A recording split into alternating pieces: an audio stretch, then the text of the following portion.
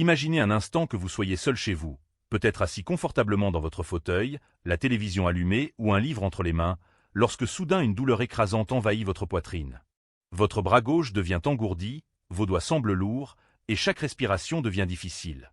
Une sensation de malaise profond s'installe, et un sentiment de panique commence à monter.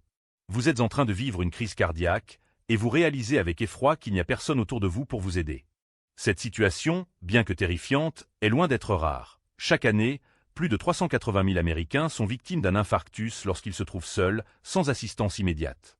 Ce que beaucoup ignorent, c'est que chaque seconde compte et que savoir comment réagir dans la première minute peut littéralement sauver votre vie. Des recherches publiées dans l'European Heart Journal ont mis en lumière un fait étonnant.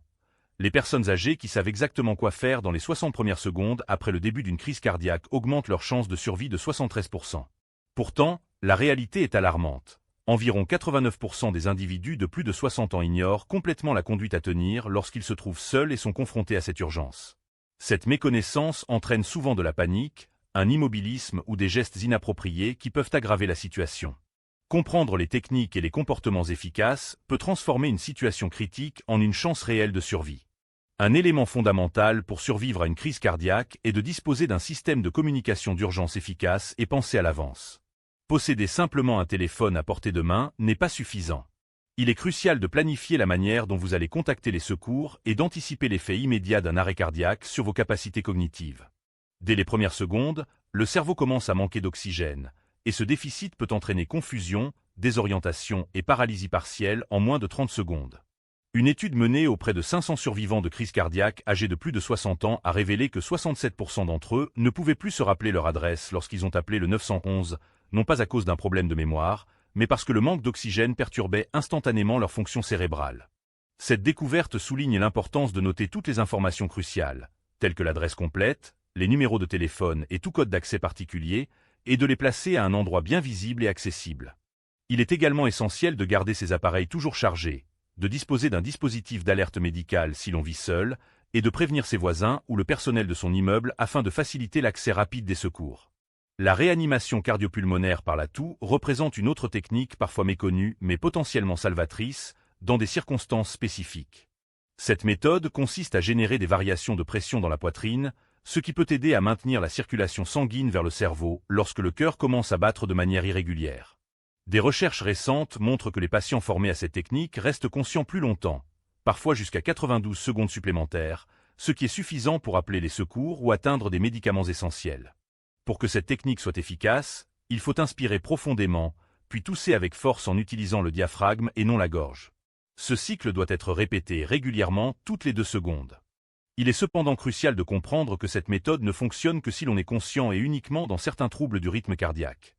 Elle ne remplace jamais un appel d'urgence et n'est pas adaptée en cas d'obstruction complète des artères coronaires. La consommation d'aspirine lors d'une crise cardiaque est également un facteur déterminant pour la survie, mais la manière de la prendre change tout. Avaler un comprimé entier n'est pas suffisant. Il est impératif de mâcher l'aspirine, ce qui permet une absorption rapide via la muqueuse buccale. L'aspirine agit en empêchant la formation et l'agrandissement des caillots sanguins, favorisant ainsi la circulation sanguine vers le cœur. Les recherches ont montré qu'un patient qui mâche l'aspirine atteint une concentration thérapeutique dans le sang en 14 minutes en moyenne, contre 26 minutes pour un comprimé avalé. Ce gain de temps, parfois minime, peut faire la différence entre une lésion cardiaque importante et un muscle cardiaque préservé. Il est également important de stocker l'aspirine dans plusieurs endroits et de vérifier régulièrement les dates de péremption pour garantir son efficacité en cas d'urgence. Même si une personne prend de l'aspirine à faible dose pour la prévention, une dose supplémentaire est souvent nécessaire lors d'un infarctus, à condition qu'il n'y ait pas d'allergie ou d'interaction médicamenteuse. La posture adoptée pendant une crise cardiaque joue un rôle majeur dans la survie. S'allonger complètement sur le dos n'est pas conseillé sauf si l'on se sent sur le point de s'évanouir, car cette position peut réduire le retour sanguin vers le cœur et aggraver les symptômes. Une position semi-assise, inclinée à environ 45 degrés, en s'appuyant contre un mur ou des oreillers, permet de réduire la charge sur le cœur, de faciliter la respiration et d'éviter le reflux de liquide vers les poumons. Dans le cas où une personne risque de tomber, il est recommandé de s'allonger sur le côté en adoptant une position latérale de sécurité avec le genou gauche légèrement fléchi, afin de maintenir les voies respiratoires dégagées et de limiter le risque d'étouffement ou de vomissement. Desserrer les vêtements serrés et maintenir une température ambiante fraîche mais confortable contribue également à favoriser une meilleure circulation sanguine et une respiration plus aisée, éléments cruciaux dans les minutes qui suivent le début de la crise. La respiration contrôlée constitue un autre outil vital pour limiter les dommages cardiaques. En situation de panique, l'hyperventilation réduit l'oxygène disponible pour le cœur et le cerveau, aggravant la situation. La respiration diaphragmatique rythmée, qui consiste à inspirer lentement par le nez en gonflant le ventre, à retenir l'air, puis à expirer lentement par la bouche, permet de ralentir le rythme cardiaque, de réduire la tension artérielle et d'optimiser l'oxygénation du cœur et du cerveau.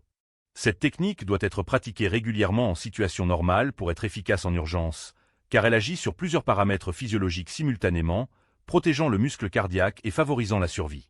L'accès rapide des secours est un facteur déterminant pour la survie et ne doit pas être négligé. Les portes verrouillées peuvent retarder l'intervention et entraîner des décès évitables. Dès que l'on ressent les premiers signes d'une crise, il est crucial de déverrouiller la porte, voire de la laisser légèrement entrouverte pour permettre aux ambulanciers d'entrer immédiatement. Installer un coffre à clé et prévenir les voisins ou le personnel de son immeuble peut considérablement accélérer l'accès des secours. Faire du bruit ou disposer d'une fiche médicale visible contenant toutes les informations nécessaires sur la santé, les allergies et les traitements contribuent à réduire le temps de prise en charge. Dans certaines situations, des serrures connectées peuvent faciliter encore davantage l'entrée rapide des ambulanciers et réduire significativement le délai d'intervention. Enfin, l'administration immédiate de nitroglycérine est un des gestes les plus importants pour protéger le cœur lors d'une crise cardiaque. Pris correctement dans les premières minutes, ce médicament dilate rapidement les vaisseaux sanguins, réduit la charge de travail du cœur et améliore la circulation dans les artères partiellement obstruées. Il est essentiel de s'asseoir avant de prendre le comprimé, de le placer sous la langue pour qu'il se dissolve complètement, puis de respecter les intervalles entre chaque dose tout en contactant immédiatement les secours. L'association de la nitroglycérine avec l'aspirine peut maximiser les chances de survie, mais il est important de respecter les contre-indications, notamment avec les traitements pour la dysfonction érectile. Conserver correctement la nitroglycérine et vérifier régulièrement son efficacité sont des mesures simples, mais cruciales pour garantir sa fiabilité en situation d'urgence. Ces techniques, qu'il s'agisse de la nitroglycérine, de l'aspirine, de la respiration contrôlée, de la réanimation par la toux, de la posture, de la communication d'urgence ou de l'accès au secours, peuvent toutes faire la différence entre la vie et la mort. Les pratiquer et se préparer à les appliquer en situation calme et lucide permet de réagir efficacement en cas de crise. Partager ces informations avec ses proches et les personnes âgées de son entourage augmente considérablement leurs chances de survie. Chaque seconde compte, et être prêt peut sauver des vies tout en minimisant les dommages pendant l'attente des secours. La connaissance et la préparation sont les meilleurs alliés pour protéger son cœur et ceux de ses proches.